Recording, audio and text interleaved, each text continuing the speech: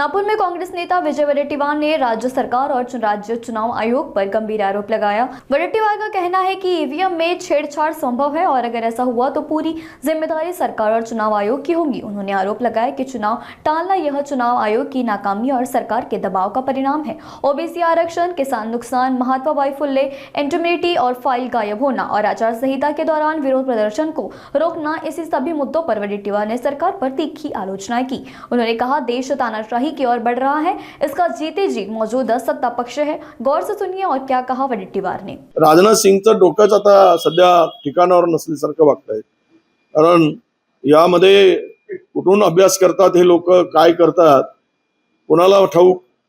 अरे तुम्ही एकीकडे जरा तुमच्याच याचा शाहनवाज हुसेनचं भाषण पार्लमेंटमध्ये ऐका, काय बोलले होते ते। मग तुमच्यामध्ये ते एक बोलतात, तुमच्याच पक्षाचे ते नेते होते भारतीय जनता पक्षाचे शाहनवाज हुसेन यांचं भाषण काढा। नेहरूंनी काय केलं ते म्हणतात, बाबरी मस्जिद पाडायसाठी किंवा त्या ठिकाणी नेहरूंची भूमिका त्यावेळेस बाबरी मस्जिदीच्या विरोधात होती असं म्हणतात। मला हे कळत नाही। आणि हे म्हणतात की राम मंदिराच्या विरोधात होता। नेमकं तुमच्या मनात काय आहे आणि तुम्हाला काय सांगायचं आहे हेच कळत नाही।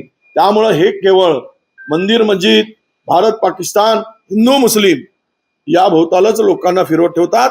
हा देश जगामध्ये महिलावरील अत्याचारामध्ये क्रमांक 1 वर गेलेला आहे। हे दाखवत नाही, हे सांगत नाही। शेतकऱ्यांच्या आत्महत्यामध्ये हा देश जगामध्ये सर्वात 1 नंबरवर गेलाय, हे सांगत नाही। बेरोजगारीमध्ये हा देश जगात 1 नंबरवर गेलाय, हे सांगत नाही।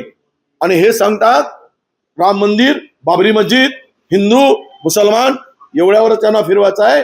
देश खड्ड्यात गेला तरी चालेल, हिंदूंची मतं मिळवण्यासाठी ही बनवाबनवी आहे। हिंदूशी सुद्धा यांना काही देणं घेणं नाही। हो, आज संजय राऊत राज ठाकरेंची भेट घेणार आहे। राजकीय चर्चा करून हा प्रस्ताव काँग्रेसच्या वरिष्ठांना म्हणजे दिल्लीपर्यंत घेऊन जाणार आहे की मनसेला महाविकास आघाडीमध्ये सोबत घ्यायचं अशी मागणी।